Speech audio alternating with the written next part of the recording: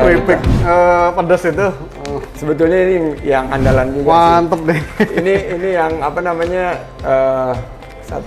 salah satu yang kulit ayam, Bang. betul. Wah, Yang sangat terbaik buat di nasi ya. buat nasi asin banget kan. Iya. Jadi ya kayak gini-gini yang perlu nanti seperti kayak information on the food, karena ini UMKM kan mereka bikin kan mestinya ada food safety-nya, berapa kandungannya dan lain sebagainya supaya mereka naik kelas. Kayak gitu-gitu sih, Mas.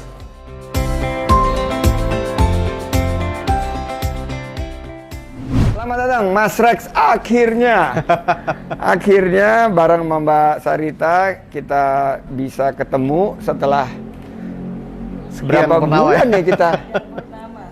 Berapa bulan kita tektokan nggak kelar, mungkin 2 bulan kali ya? Iya, sekitar 2 bulan ya, Bang ya. Pas aku bisa, Mas Rex nggak bisa. Waktu Rex bisa, aku nggak bisa. Terus pas kita sama-sama bisa, terus aku kena COVID. Tapi 2 bulan yang lalu sama Mbak Sarita, kita di acara eventnya Zoom sama Foodies.id. Kita ngerti banget konsepnya food education ya. F&B education, food and beverage education, platform di Indonesia. Bisa diceritain nggak sedikit nih Mas Rex, ide di sebelumnya you don't need introduction sebetulnya di ekosistem ekonomi kreatif, dan sebagai ex CMO CRP Group ya, yang menjadi sangat hit karena warung abnormal dan bakso bujangan. Kebetulan saya bujangan sekarang. Dan lagi banget ya. Founder dari Foodies nih sebetulnya yang very interesting karena ini pertama ya F&B education platform di Indonesia, dan founder dari Hub5. Itu F&B business advice, ekosistem F&B, dan kebetulan di antara kita tektokan ini terus aku dapat tugas baru di pariwisata dan tapi thank you banget. Bisa nggak kira-kira cerita nih awal mula sebelum Foodies, mungkin cerita tentang abnormal dulu deh, supaya teman-teman bisa belajar juga nih gimana idea creation itu. Kalau kita dulu kebetulan Bang partner dan mulai bisnis itu sejak masih kuliah. 8-9 tahun kita digelutin marketing dan brand consultant. Nah di 2013 kita mikir bisnis apa yang lebih skill ya saat itu. Nah kita stop di consultantnya, kita mulai bisnis kuliner tuh saat itu. Pertama brand itu sebenarnya nasi goreng mafia. Oh, nasi goreng mafia. Iya, nasi goreng mafia. Apa kabarnya tuh? Masih sekarang. Masih ada ya? Masih gitu.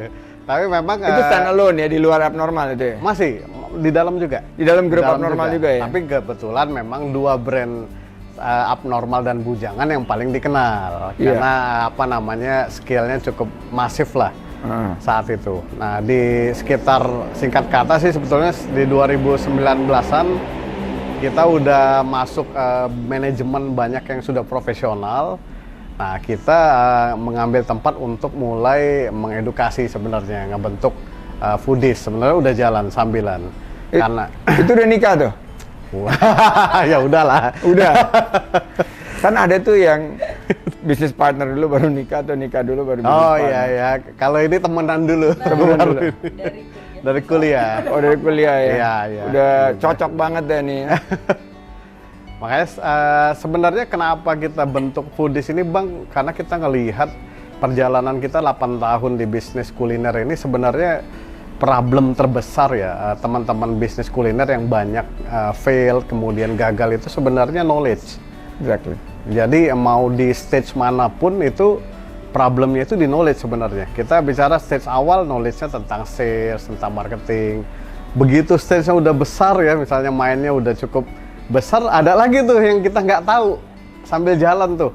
Oh ternyata kalau supply chain management harus begini nih. Waduh nggak tahu, udah keburu salah duluan gitu, harus diperbaiki. Nah itu sebenarnya kita lihat ya apa namanya, kenapa akhirnya kita membentuk Foodies ini. Kita pengen spread tentang F&B knowledge sama rata di seluruh Indonesia, makanya kita memulai itu online waktu itu.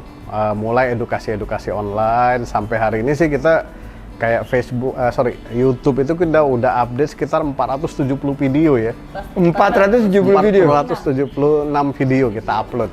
Dan itu kontennya isinya education material yes, ya? Atau materi-materi tentang pelatihan? Enggak, lebih ke memang edukasi. Jadi kita punya platform, ada artikel, ada YouTube, itu semua konten kita deliver sebetulnya. Oke. Gitu. Jadi teman-teman sebenarnya nggak perlu ikut e-course atau ikut course tuh bisa belajar di situ sebenarnya. Iya, betul gitu. Nah, jadi itu yang menjadi purpose kita sebenarnya, spread knowledge, sehingga nanti terbuka lapangan pekerjaan yang banyak karena banyak pebisnis, bahkan dari rumah sekalipun mereka bisa menjalankan bisnis itu dengan benar jadinya. Bukan sekedar ikut-ikutan tren bikin ghost kitchen atau cloud kitchen, tapi habis itu loh ini gimana jualannya ya? Nggak dapat ininya ya. Ya benar gitu. Edukasinya belum dapat, dan ini yang melandasi Foodies ya. Yes. Dan itu belajar dari 8 tahun ya, berarti mulai dari ide sampai eksekusi. Betul.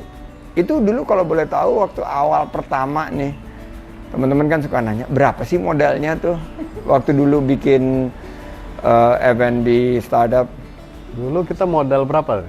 Yang mana? Yang Mafia tadi? Mafia ya, pertama kali. Mafia aja dulu. Mafia ya. Pokoknya uangnya itu hanya cukup untuk sewa ruko yang kecil banget itu ya. Iya. Di mana tuh rukonya tuh? Di Bandung. Oh di Iya, kita berenam tuh udunan masing-masing 20 juta waktu itu. Udunan patungan. Iya tahu. Dia patungan. Ada turunan Sunda juga. Oh iya benar ya, itu bahasa Sunda ya. Iya. Udunan. Oke, 20 berenam berarti 120 juta gitu ya. Untuk sewa kita alokasi waktu itu 60 juta karena lokasinya cukup premium waktu itu. Ruko. Ya, di ruko di Pati Ukur. Nasi goreng Mafia, terus baliknya dalam berapa bulan tuh? Kalau ngitung baliknya sekitar 4-5 bulan sudah BP sebetulnya. Oke. Tapi waktu itu kita kan pengennya cepat growth. Ya expand. Ya expand. Jadi kita mulai masukin investor tahap awal tuh setelah 3 bulan. Gitu. Ada masuk temen invest untuk buka 2 outlet lagi sama buka central kitchen ya waktu itu. Nah saya juga belajar banyak sih ya di ekonomi kreatif ini, terutama di kuliner ya. Ini datanya saya dapat dari Kaufman Institute waktu saya diundang ke DC waktu zamannya Presiden Obama. Itu sebetulnya memang usaha kuliner itu adalah usaha yang paling banyak untuk diminati para pelaku startup, tapi juga tingkat kesuksesannya itu hanya 20%. Artinya dari 10 itu hanya 8 yang, atau dari 10, 2 yang sukses, 4 itu tutup, 4 lagi itu nggak kemana-mana, begitu aja gitu. Jadi ini yang sebetulnya dibidik juga dengan Foodies ini ya, bahwa para pelaku kuliner ini jalan dan kayak nasi goreng Mafia langsung bisa hebat nih, ada menu-menu yang unik ya. Terus kayak saya suka banget tuh dulu tuh yang Indomie base di Abnormal, terus di Bujangan juga senang banget. Kalau misalnya dari segi education ini apa sih top of mind yang bisa di-deliver nih? Mungkin Mbak Sarita juga, karena kemarin ini Zoom-nya sama beliau nih seru banget. Top of mind yang bisa di-deliver ke para pelaku pemula nih di sektor ekonomi kreatif khususnya kuliner. Mungkin kalau dari sisi Foodies ya, dari Foodies. Sebetulnya kalau bicara top of mind, intinya yang kita sajikan di Foodies sendiri itu kan sesuai dengan yang kita biasa suka quote on quote seperti campaign kan ya, bahwa kita kan melihat selain dari sisi data bahwa industri kuliner itu kan juga cukup besar ya menyumbang terhadap PDB-nya Indonesia gitu. Dan seperti tadi udah disampaikan juga sama Rex di awal bahwa kita juga melihat ada sedikit gap, nggak sedikit sih, banyak sebenarnya gap antara pebisnis kuliner di Indonesia dengan knowledge yang seharusnya mereka miliki. Nah, kita ingin menghilangkan gap itu, memberikan kesempatan yang sama kepada semua pebisnis kuliner yang ada di Indonesia. Jadi mungkin kalau zaman dulu, waktu kita dulu awal-awal bisnis Mafia mungkin ya, itu kan kita yang pertama kita to be honest nih, Bang, kita nggak punya mentor sebenarnya. Kita Oh nggak gitu punya ya. mentor. Jadi trial and error aja Trial gitu and ya. error. Iya, kita nggak punya mentor. Kemudian karena kita sebelumnya kita belum pernah nyemplung di bisnis kuliner kan, jadi akhirnya banyak ilmu-ilmu yang specifically kita bicara bisnis kuliner itu kita juga sama trial and error. Nah, dengan hadirnya Foodies ini kita berharap bahwa teman-teman kita pebisnis kuliner baik itu yang di Jakarta, baik itu di Bandung atau di seluruh Indonesia sejauh dia memiliki kuota sama mungkin smartphone ya, minimal Paket smartphone, kuota. Paket, gitu loh. ya. Minimal smartphone lah gitu. Nah, mereka bisa memiliki kesempatan yang sama gitu dengan semua pebisnis kuliner yang ada di seluruh Indonesia untuk bisa belajar bagi bisnis kuliner itu seperti apa. Karena kan maksudnya kalau kita bicara bisnis kuliner itu kan cukup banyak ya dimensinya ya, baik itu bicara tentang permodalan misalnya, kemudian bicara tentang operasional, sama yang kemarin sempat sedikit dibahas juga di Foodies ada SCM. SCM. Bisa ceritain nggak tuh SCM apa tuh? Kita nih suka banget dengan singkatan-singkatan. Iya. Oke, kemarin juga sebenarnya sempat diomong di SCM itu kayak makanan apa gitu. Sebenarnya secara kalau singkatannya itu supply chain management. Supply chain management. Ya, tapi bahasa Indonesianya kalau diterjemahin sih apa? Rantai pasok. Cuma anyway biar gampang ya dijelasinnya gini. Pokoknya bagaimana Pengelolaan rantai pasok. Ya, pengelolaan rantai pasok kan definisi Indonesianya masih belum jelas tuh biasanya. Tapi kalau supply chain semua orang tahu lah Nggak paham kira-kira. lah ya, benar. Tapi kan saya kalau boleh dijelasin tuh lebih ke pokoknya yang namanya supply chain itu adalah bagaimana caranya pebisnis memastikan si bahan baku itu sampai di mejanya konsumen jadi bahan jadi siap disantap gitu kan dengan standar yang memang sudah ditentukan. Intinya gitulah gampangnya. Oke. Jadi ini yang semua nanti di lingkup Foodies ini nih misalnya ini kan kita di Nur Corner nih. Ya. Ini Mpok Nur nih. Tadi kan Saya lihat ada pempek lagi, saya orang Palembang. Wah, ini Bro kita ngomong sama nggak tuh pempek nih? Sis kan masuk nih. Ini kan awalnya ya, saya mau cerita sedikit ya, Mpok Nur itu ya waktu awalnya pandemi itu inundated tuh artinya kebanjiran permintaan tolong dari UMKM baik untuk beli produknya maupun mempromosikan. Nah, ini dia akhirnya mau bantu nih UMKM terus dia konversi lah, ini tadinya kantor saya terus dia kantor yayasan terus dia invasi dan akuisisi karena bosnya dia di rumah terus dia bikin ini gitu loh, dibikin murni untuk membantu UMKM ini untuk memasarkan dan juga meningkatkan penerimaan mereka. Kan awalnya idenya seperti itu, bantu pemasarannya dan lain sebagainya. Nah, along the way atau dalam perjalanannya UMKM ini kan punya produk, misalnya laku kayak bubur ayam terenak se-Asia Tenggara kita namakan Ya, gitu loh. oke. Tapi terus karena ordernya meningkat terus Kebingungan sendiri. dia cuma nyiapin 50. Tapi terus dengan adanya digitalisasi dan lain sebagainya, ordernya misalnya 100, orang kecewa gitu. Ya, betul. Kemarin ada Pak Menteri Kesehatan di sini, ada produk Lemon Dew. Itu adalah produk semacam lemon dan madu tapi dicampur serai, kayu manis gitu. Oke. Pak Menteri Kesehatan seneng yang serai, yang varian serai. Begitu ditanya, nggak ada Pak, belum datang gitu loh. Belum datang, karena terus ditanya UMKM-nya, ternyata mereka juga ada kendala supply chain gitu. Ya. Nah, kalau ngelihat ini, gimana nih solusinya Foodies dan komentarnya Foodies seperti apa nih? Supaya usaha-usaha UMKM yang model ini bisa berkembang. Jadi gini Bang, aku nambahin dikit tadi. Jadi di Foodies itu kita ngebentuk kurikulum. Jadi kurikulumnya kita bentuk itu ada sekitar 8 topik utama, kemudian rangkaiannya. Apa aja tuh 8 topik utama? Jadi 80 Bang. Oh 80 ya, jangan dah kalau 80.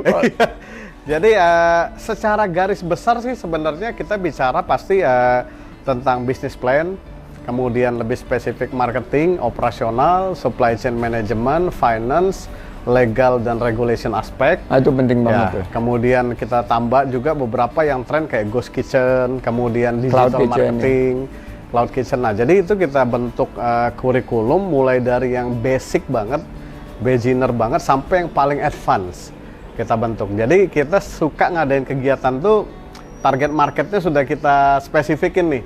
Misalnya kita kerjasama dengan beberapa institusi kampus.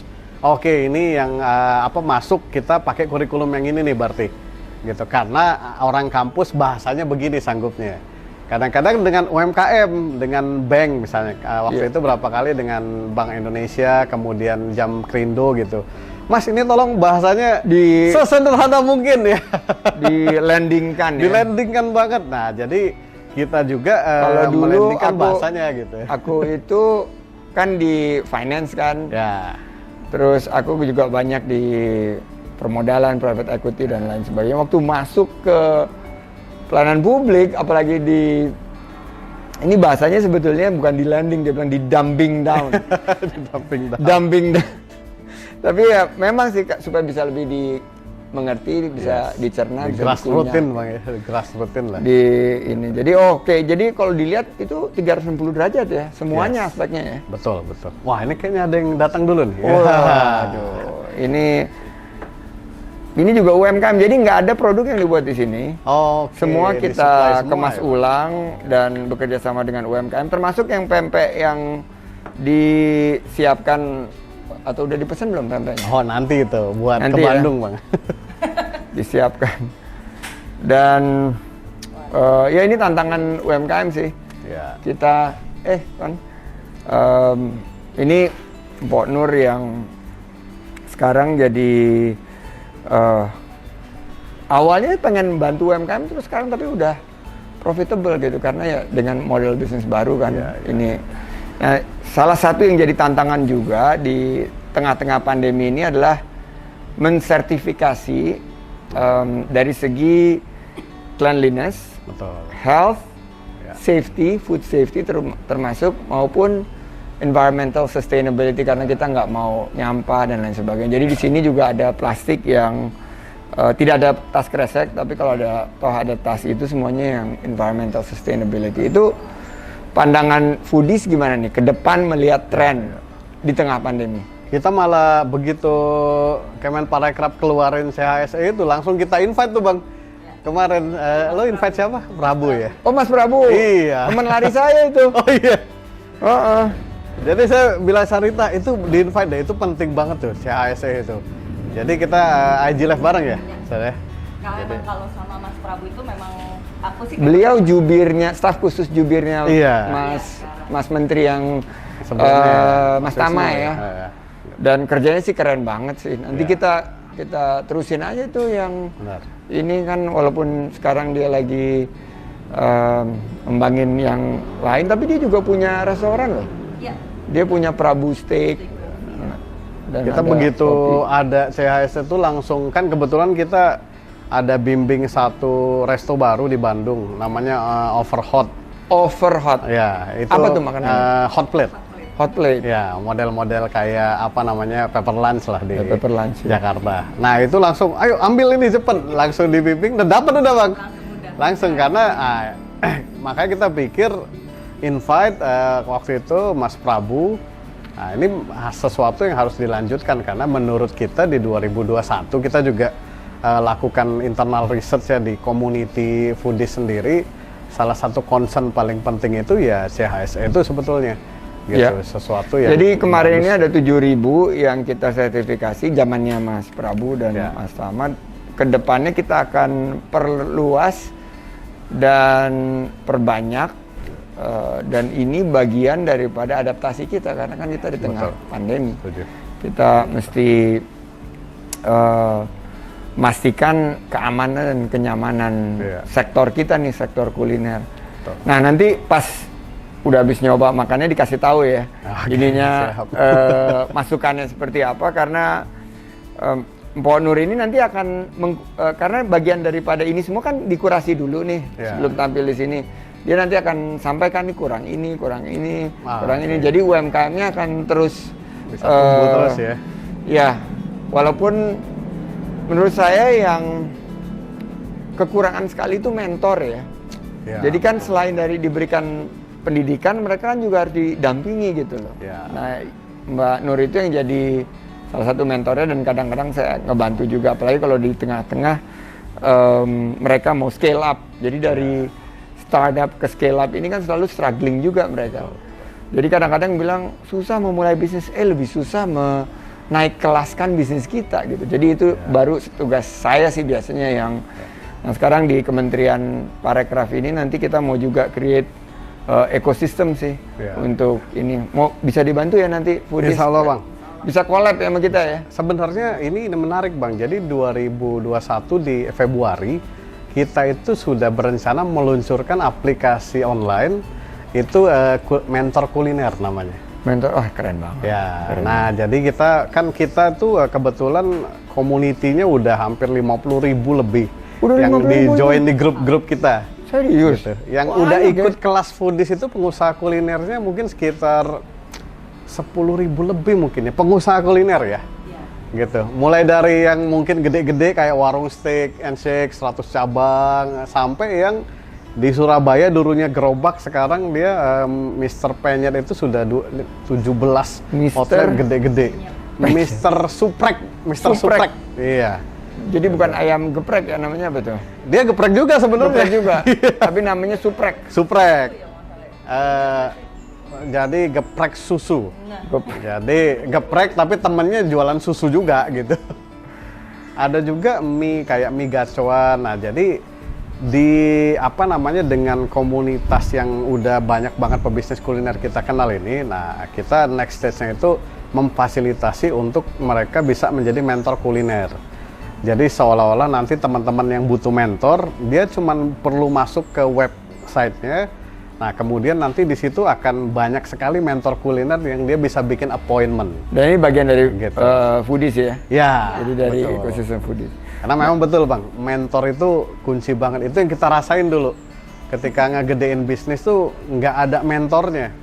Jadi trial errornya cukup mahal biayanya gitu ya. Gitu. Dan kalau misalnya ada mentor, mereka akan bisa, ya saya punya data juga bahwa 80% usaha yang memiliki mentor itu punya tingkat peningkatan usahanya atau naik kelasnya itu 2 kali lipat dibandingkan dengan yang tidak memiliki mentor. Jadi dibimbing kan, karena dia mungkin tanya, dan kalau mentor itu kan dia cerita pengalamannya, pasti dia pernah gagal juga gitu. Jadi dia bilang jangan ke sini, arahnya ke sini gitu loh, mengarahkan.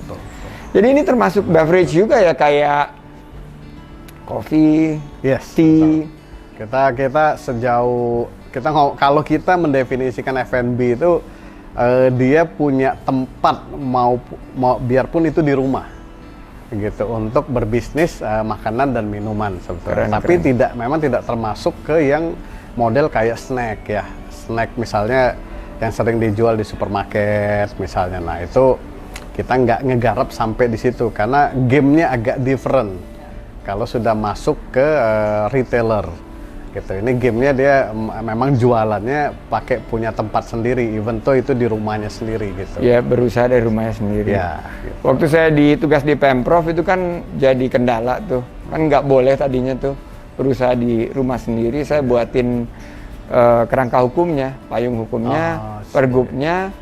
Berawal dari garasi inovasi, akhirnya timbullah izin usaha mikro kecil. Jadi selama usahanya itu tidak memiliki limbah, tidak membuat gangguan bagi tetangga, dan memiliki karyawan di bawah 19 orang, itu mereka boleh berusaha di rumah gitu. Dan itu Pemprov DKI Jakarta atau semua Bang? Di DKI. Waktu itu wakil gubernur Jakarta. Bukan gubernur Indonesia. Menarik kalau seluruh Indonesia ya. Tapi, nah kita di Kemenparekraf nanti mudah-mudahan bisa mengajak para kepala-kepala daerah untuk mungkin mereplikasi apa yang kita coba. Karena menurut saya yang paling bisa membuka lapangan kerja itu sektor kuliner. Orang makan tiap hari.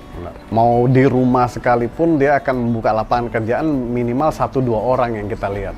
Kalau sektor pariwisata orang datang pertama cari apa sih makanan khasnya? Benar. Kalau kepikir, kemarin kan saya dari Danau Toba. Makanan khasnya kepikirnya apa nih Sarita kalau di Danau Toba? Kira-kira. Kita pernah maraton di situ nggak kepikir ya makanannya. Ya? Namanya ombus-ombus. Itu di ombus, ya. si borong-borong itu ada semacam kayak kue gitu. Tapi kalau Bali kan udah terdefinisikan nasi Bali gitu, kita udah tahu kan bentuknya gimana. Nasi pedas ya. Di sana itu yang mesti dibantu oleh foodies. Ekosistem di sana to definisikan apa makanan Toba yang terkenal. Banyak yang bilang mie gomak. Ya oke, coba mie gomak nih ahlinya mie. Gitu ya. Dua-duanya. Mungkin gitu mie gomak, kita nggak tahu. Tapi apa yang base-nya nasi, kan orang Indonesia sukanya makan nasi. Iya, betul. Dan ayam, gila kita sih makan ayam mungkin salah satu bangsa yang paling banyak memakan ayam tuh Indonesia. Ikan karena ada Danau Tobanya, mungkin cari ikan yang bisa dikemas. Jadi mudah-mudahan sih, saya sih berharap banyak nih setelah pandemi kita bisa kerjasama sama ekosistem. Makasih banget nih. Ada pertanyaan nggak buat saya? Ya, sebenarnya lebih ke wah ini apa namanya pas Bang Sandi invite nih kita bisa bicarain kuliner lebih luas nih karena memang pengen kita edukasi ini bener-bener kuat dan ya salah satu kepengen kita tuh lihat brand lokal itu besar sih Bang gitu bisa sampai dan luar bisa nyampe sebenarnya. Kalau abnormal udah buka ya di luar negeri. Belum, jadi Pak. di Singapura nggak jadi ya waktu Belum, itu ya. nggak jadi. Aku inget banget tuh. Aduh sorry guys, aku waktu itu sedih dengar ceritanya sih ya. Tapi udahlah nggak usah di ini. Di Singapura yang mau buka ya. Iya. Memang Oke. kendalanya balik lagi Bang, dulu waktu di manajemen kita merasa belum sampai ilmunya. Belum sampai. Jadi kita nggak kepikir harus ngapain itu. Gitu. Iya. Kalau kita kepikir ngapain, mungkin kita udah paham nih. Kayak sekarang misalnya, oke, bisnis kemitraan atau franchise. Nah, be careful ya di sini karena kita udah tahu nih pengalaman gitu. Tapi kan ada pasti ada modulnya untuk franchise business ya, ada. di foodies Makanya ya. kita lengkap. Ada yang bikin cabang sendiri, ada model franchise yang mana aja gitu. Karena kita udah mengalamin. Ya dari situ kita create modul-modul sambil interview teman-teman yang sudah lagi ngejalankan juga. Nah, jadi gitu. kalau Hub 5 itu lain bisnisnya ya. Jadi itu seperti advisor ya Sarita ya. Jadi lebih memberikan advice kepada usaha-usaha yang mungkin mau naik kelas gitu, scale up. Iya, lebih ke arahnya ke sana. Jadi selama ini kita ninggalin stage yang di situ, kita cuman fokusnya di edukasi. Nah, ujungnya teman-teman ini agak udah ngerti, tapi kan kadang-kadang ngerti marketing. Oh, jago dia bikin 5 outlet, 10 outlet, tapi nah ada blind spotnya yang Keuangan. nggak kelihatan. Misalnya. Bener Bang, itu masalah keuangan. Nah, itu gitu. didamping apa dengan F&B advisory ini Yes, bisa dibantu betul, ya. betul. Klien-kliennya ya untuk Ya. mereka naik kelas. Oke. Saya senang banget nih Mas Rex. Thank you banget Bang Sandi. Kita exciting ketemu. Wah, ketemu Mas Sandi. Tolong disemangati para pelaku sektor ini, F&B. Always. Dan it starts with education. Menurut saya awal mulanya itu ya dalam edukasinya supaya mereka dapat dapat ilmunya gitu loh. Karena begitu dengan ilmu mereka bisa lebih inovatif, bisa ngambil resiko, lebih berani mengambil langkah dan kemampuan mereka untuk tetap bergerak proaktif. Karena ekonomi kita ini berbasis konsumsi sih. Ya. Kalau nggak ada F&B ini ya ekonomi kita lesu gitu. Tapi karena kita harus tetap mengkonsumsi kebutuhan dasar ini yang menjadi menggerakkan ekonomi kita, membuka lapangan kerja. Ya. Ada hampir 13 juta lapangan kerja di sektor pariwisata dan hampir 18-20 juta di sektor ekonomi kreatif. Dan di ekonomi kreatif ini ya the big two itu adalah food and beverage, kuliner dan fashion. Jadi itu yang menjadi penghala utama atau lokomotif. Kita harapkan hari ini lagi libur-libur, terima kasih banget udah datang ke Nur Corner. Mudah-mudahan kita dapat ilmunya. Terima kasih sudah bergabung di diskusi saya sama Mas Rex sama Mbak Sarita semoga menjadi pembelajaran kita untuk membangkitkan ekonomi kreatif juga pariwisata dan mempertahankan sektor ini karena lapangan kerjanya banyak dan membangkitkan mudah-mudahan ekonomi kita ke depan. Sukses! Sukses!